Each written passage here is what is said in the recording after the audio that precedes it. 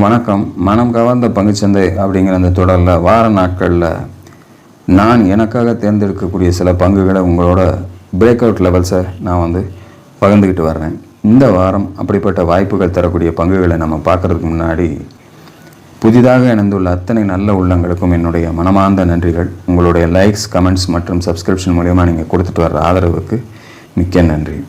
இந்த வாரம் நம்ம புதிய பங்குகளை பார்க்குறதுக்கு முன்னாடி நிஃப்டியை பற்றி நான் போன வீடியோவிலே நான் என்னுடைய லெவல்ஸை நான் கொடுத்துருக்கேன். இந்த வாரம் எப்படி செயல்பட்டிருக்கு அப்படிங்கிறத நம்ம பார்க்கும்போது இந்த வாரத்தினுடைய க்ளோசிங் 24,131 முடிஞ்சிருந்தாலும் கூட ஒரு மிகப்பெரிய ஸ்ட்ரெங்தான ஒரு முடிவாக நான் இதை பார்க்கல. இன்னுமா அந்த கேப் ஃபில்அப் பண்ணி அந்த இடத்துல கொண்டு வந்து நிறுத்தியிருக்காங்களே ஒழிய ஒரு ஸ்ட்ரெங்தனாக மேலே போகலைங்கிறத மனதில் வைத்துக்கொள்ளுங்கள். 24,610 தான் நான் மேலே கொடுத்துருக்க உடைய ரெசிஸ்டன்ஸ் லெவல். ஸோ அதை தாண்டி ஒரு ஸ்ட்ராங் க்ளோசிங் கொடுக்குற வரைக்கும் கொஞ்சம் காத்திருந்தே நம்ம பயணிக்கிறது நல்லதுன்ற மாதிரி நான் நினைக்கிறேன். அப்படிப்பட்ட ஒரு சந்தர்ப்பத்தை கொடுத்தால் நம்ம அடுத்த கட்டம் இது மேலே போவதற்கான வாய்ப்புகளை தரும் அப்படின்ற ஒரு நம்பிக்கையோடு தான் நான் இதை பார்த்துக்கிட்டு இருக்கேன். கீழே 23,360 நோக்கி அதையும் கட் பண்ணிடுச்சுன்னா வீக்னஸ் ஜாஸ்தியாகிறதுக்கு சான்சஸாக மாறிடலாம். ஸோ சேஃபாகவே எந்த பக்கம் வாய்ப்புகளை தருதுன்றதை காத்திருந்து பாருங்கள். இந்த வாரத்துக்கான புதிய பங்குகள் என்னென்ன அப்படிங்கிறத தொடர்ந்து பார்த்துடலாமா? இந்த வாரத்துக்கான முதல் தேர்வாக நான் பார்க்கக்கூடிய பங்கு Gujarat state fertiliser chemical limited. இந்த GSFC அப்படின்னு சொல்லக்கூடிய இந்த பர்டிகுலர் பங்கை நான் எடுத்திருக்கேன். நல்ல ஒரு பாட்டமுக்கு அந்த இடத்துல பாட்டமில் சப்போர்ட் எடுத்து டேர்ன் ஆகிருக்கிறத நான் பார்க்குறேன்.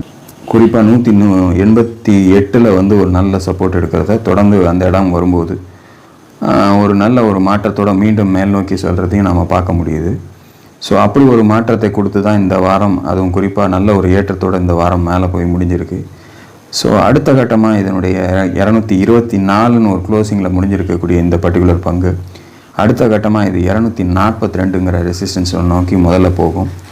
அதையும் தாண்டி ஒரு ஸ்ட்ராங் க்ளோசிங் கொடுத்தாங்கன்னா 275 அப்படிங்கிற அடுத்த கட்டத்துக்கு நோக்கி போகிறதுக்கான வாய்ப்புகளை தரும் அப்படின்ற மாதிரி எதிர்பார்க்குறேன். காரணங்கள் இப்படி இருக்குது. குறிப்பாக சொன்னோம்னா அந்த மேலே ஒரு ட்ரெண்ட் லைன் வரைஞ்சிருக்கேன். அதையும் தாண்டி ஒரு பிரேக் அவுட் கொடுத்து இது மேலே போயிருக்கிறது ஒரு நல்ல ஒரு வாய்ப்பாக நான் பார்க்குறேன். ஸோ இந்த 2 ஷார்ட் டேர்ம் லெவல்ஸும் நமக்கு கிடைக்கிறதுக்கு வாய்ப்புகளாக இருக்கும் அப்படிங்கிற நம்பிக்கையில் தான் இதை முதல் தீர்வாக எடுத்திருக்கேன். ஸோ நல்ல ஒரு இறக்கத்துலேருந்து மீண்டும் ஒரு மேல் நோக்கி செல்லக்கூடிய ஒரு வாய்ப்பை எடுத்து இது மேலே போகிறதுனால அடுத்தடுத்து 242 275 தொடர்ந்து வருவதற்கான வாய்ப்புகளை தருன்ற நம்பிக்கையில் இந்த பர்டிகுலர் ஸ்டாக்கை தேர்ந்தெடுத்திருக்கேன். நீங்களும் அனலைஸ் பண்ணி பாருங்கள். உங்களுக்கு சரின்னு படும்போது மட்டும் இந்த பர்டிகுலர் ஸ்டாக்கில் உங்களுடைய இன்வெஸ்ட்மெண்ட்டை கொண்டு போங்க. அடுத்த ஸ்டாக் பார்க்கலாம். இரண்டாவதாக நம்ம பார்க்கக்கூடிய ஸ்டாக் RCF 179 இதனுடைய க்ளோசிங் முடிஞ்சிருக்கு. ஸோ அடுத்த கட்டமாக இது மேலே போகிறதுக்கான சந்தர்ப்பத்தை கொடுக்கணும்னா அந்த 185க்கு மேலே இதனுடைய க்ளோசிங் ஆனது ஸ்ட்ராங்காக வந்துச்சு அப்படின்னா நமக்கு போகிறதுக்கான வாய்ப்புகளை கொடுக்கும். கீழே ஒரு நல்ல ஒரு ட்ரெண்ட் லைன் ஃபார்மேஷனில் அந்த இடத்துல ஒரு சப்போர்ட் எடுத்தால் இந்த வாரம் நல்லா மேலே ஒரு வேகமான ஒரு பெரிய கேண்டலோட ஏறி இருக்கிறத பார்க்க முடியுது. ஸோ இந்த வாரத்தினுடைய உச்சம் 180 50 அதை தாண்டிடுச்சு அப்படின்னா அந்த 185 தாண்டி போகிறதுக்கு வாய்ப்புகள் இருக்குது. அப்படியே கட் பண்ணி மேலே போகும்போது 207 அப்படிங்கிறது முதல் ரெசிஸ்டன்ஸாக இருக்கும். ஸோ 185 தாண்டி நம்ம அதை வாங்கினோம் அப்படின்னா 207 முதல் ரெசிஸ்டன்ஸாக இருக்கும். அதையும் தாண்டி மேலே போகும்போது 245 ரெண்டாவது லெவலுக்கு நமக்கு போகிறதுக்கான வாய்ப்புகளாக இருக்கும். ஸோ இதுதான் இப்போதைக்கு அது ரீசெண்டாக போயிருக்கக்கூடிய உச்சம். ஸோ அதை தாண்டுவதற்கான வாய்ப்பும் இருக்கும். 245 தாண்டிடுச்சு அப்படின்னா அதையும் தாண்டி மேலே செல்வதற்கான வாய்ப்புகள் இருக்கும். ஸோ இந்த ட்ரெண்ட் லைனை பேஸ் பண்ணி அது மேலே போகிறதுனால இதற்கு கீழே உடச்சி வராமல் இருக்கிற வரைக்கும் நமக்கு, குறிப்பாக சொல்லப்போனால் ஒரு 150க்கு கீழே வராத வரைக்கும் நமக்கு இது சேஃபாக அடுத்தடுத்த லெவல்ஸை மேலே கட் பண்ணி போகிறதுக்கான சான்சஸ் இருக்குது. ஸோ நம்ம ரிஸ்க் எடுக்கிறதுன்றது இங்கேருந்து எடுக்கிறவங்க உங்களுடைய சொந்த விருப்பம். அது எப்படி நீங்கள் பிளான் பண்ணுறீங்களோ. என்னை பொறுத்தளவில் இந்த 185 தாண்டும் போது இந்த லெவல்ஸை நோக்கி ஸ்ட்ராங்காக போகிறதுக்கான சந்தர்ப்பத்தை வரக்கூடிய வாரத்தில் தரத்துக்கு சான்சஸாக இருக்குங்கிற மாதிரி நான் முடிவெடுத்திருக்கேன். ஸோ நீங்களும் அனலைஸ் பண்ணி பாருங்கள். உங்களுக்கு தெளிவாக இது சரி மேலே தான் போகுன்ற மாதிரி பட்டுச்சுன்னா மட்டும் உங்களுடைய முதலீட்டை கொண்டு போங்க. இது என்னுடைய இரண்டாவது தேர்வு. அடுத்த ஸ்டாக் பார்க்கலாம். மூன்றாவது நம்ம பார்க்கக்கூடிய ஸ்டாக் ஜி என்டர்டைன்மெண்ட் 129 க்ளோசிங் கொடுத்துருக்காங்க. கிட்டத்தட்ட 300 ரூபாய்க்கு மேலே சென்ற இந்த பங்கு 114 நெருக்கத்துக்கு கீழே வந்துட்டாங்க. இந்த 114 எப்போ வந்ததுன்னா 2020 நம்ம பார்த்த ஒரு லோ.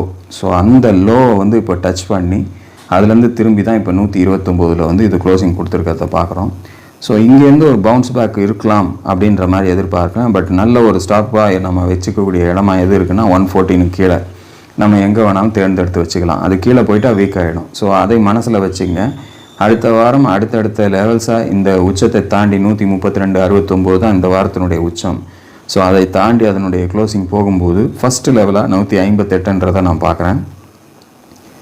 அதையும் தாண்டி ஒரு ஸ்ட்ராங் க்ளோசிங் கொடுத்தா 209 அப்படிங்கிறது செகண்ட் லெவலாக வரும் அப்படின்ற மாதிரி எதிர்பார்க்குறேன். அதையும் தாண்டிச்சு அப்படின்னா 229 மூன்றாவது லெவலாக நமக்கு கிடைக்கிறதுக்கு வாய்ப்புகளாக இருக்கும் அப்படிங்கிற மாதிரி ஜி என்டர்டைன்மெண்ட்டில் எதிர்பார்க்குறேன். ஸோ காரணங்கள் இதுதான். நல்ல ஒரு இறக்கத்துலேருந்து திரும்பி எங்கே 300லேருந்து கீழே வந்து 114 வந்து இப்போ சப்போர்ட் எடுத்திருக்கு. ஒரு வேளை 114 உடச்சிட்டா டெஃபினட்டாக இந்த ஸ்டாக்கில் நம்ம என்ட்ரு ஆகிறதுல பிரயோஜனம் கிடையாது. ஆனால் இங்கேருந்து இது திரும்பவுன்ற நம்பிக்கையில் தான் நான் இதை வந்து தேர்ந்தெடுத்திருக்கேன். வாய்ப்பு கொடுக்கலன்னா அவாய்ட் பண்ணிவிட்டு வெளியில் வந்துடுறது நல்லது. ஸோ கரெக்டான வாய்ப்புகள் கிடைச்சா மட்டும் அட்லீஸ்ட் இந்த 158 நமக்கு முதல் லெவலாக கிடைக்கிறதுக்கு சான்சஸ் இருக்குது. அதையும் உடச்சி ஸ்ட்ராங் க்ளோசிங் கொடுத்துச்சுன்னா 207ங்கிறது நமக்கு ஷார்ப்பாக மேலே போகிறதுக்கு ஸ்டெப் பை ஸ்டெப்பாக போகிறதுக்கு சான்சஸ் எல்லாம் இருக்கும். அப்படிங்கிற மாதிரி இந்த 3 லெவல்ஸை நான் பிளான் பண்ணி இந்த பர்டிகுலர் ஸ்டாக்கை தேர்ந்தெடுத்திருக்கேன்.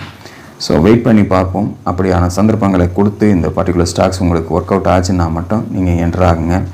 உங்களுடைய முதலீட்டில் நீங்கள் செய்ய போகிற ஒவ்வொரு விஷயங்களையும் கொஞ்சம் கருத்துமாகவே இருந்து செய்யுங்க. அவ்வளோதான் நாம் சொல்ல வேண்டிய விஷயங்கள். ஏன்னா நானும் உங்களை மாதிரி ஒரு முதலீட்டாளராக தான் நான் இந்த விஷயங்களை உங்களோட பகிர்கிறேன். அதே சமயத்தில் நீங்கள் கற்றுக்கணும் அப்படிங்கிற எண்ணத்தோடு செய்யுங்க. யார்கிட்ட பணம் கொடுக்குறோம், எப்படி பணம் கொடுக்குறோங்கிறதையும் மனதளவில் ரொம்ப ஜாக்கிரதையாக நீங்கள் செயல்பட வேண்டிய விஷயங்கள் இருக்குது. தமிழ்நாட்டிலேயே நமக்கு தெரிஞ்சு நிறைய பங்குச்சந்தை சார்ந்த ஸ்கேம்ஸ் வர்றதை நம்ம பார்க்குறோம். ஸோ அந்த மாதிரியான எந்த விதமான ஸ்கேம்ஸும் நம்ம என்ட்ராகாமல் நாமளே கொஞ்சம் கொஞ்சமாக கற்றுக்கிட்டு சொற்பமான லாபத்தை பார்த்தாலே போதும். நல்ல ஒரு லாபம் நமக்கு கிடைக்கும். நமக்கு என்ன வரணுமோ அது வரும். ஏதோ பெரிய ஆசையப்பட்டுட்டு நம்ம மொத்தத்தையும் இழக்கிறத விட சிறுக சிறுக நம்ம சேர்த்துக்கொள்வது நல்லதாக இருக்கும் அப்படிங்கிறத மனதில் வைத்துக்கொள்ளுங்கள். இதுதான் இந்த வாரத்துக்கான என்னுடைய தேர்வுகள். மார்க்கெட் கண்டிஷனால் நிறைய எடுக்கவும் முடியல. ஏன்னா பெரிய ஸ்டாக்ஸுகள்லேருந்து எடுக்க மேக்ஸிமம் நான் ஒரு 600 ரூபாய்க்கு மேலே போட்டாலே சொல்லிடுறாங்க கமெண்ட்டில், சார் 500 ரூபாய்க்கு உட்பட்ட ஸ்டாக்காகவே சொல்லுங்கள் சாருங்கிறாங்க. ஸோ அந்த வகையில் எடுக்கப்பட்டது தான் இந்த 3 ஸ்டாக்குகளும். ஸோ தொடர்ந்து வாய்ப்புகள் சரியாக இருந்து நிஃப்டியும் நல்ல ஒரு நான் எதிர்பார்த்த மாதிரி 2610க்கு மேலே அதில் ஒரு ஸ்ட்ராங் க்ளோசிங் கொடுத்துச்சுன்னா மட்டும் நம்ம ஃப்ரெஷ்ஷாக நம்ம இன்வெஸ்ட்மெண்ட்டை இன்னும் கொஞ்சம் ஸ்ட்ராங்காக கொண்டு போகலாம் அப்படிங்கிற மாதிரி எதிர்பார்க்குறேன். பார்ப்போம் வரக்கூடிய வாரங்கள் அப்படிப்பட்ட ஒரு நல்ல சந்தர்ப்பங்களை நமக்கு பங்குச்சந்தை தருகிறதா அப்படிங்கிறத காத்திருந்து பார்ப்போம். அதுவரையில் நன்றி, வணக்கம்.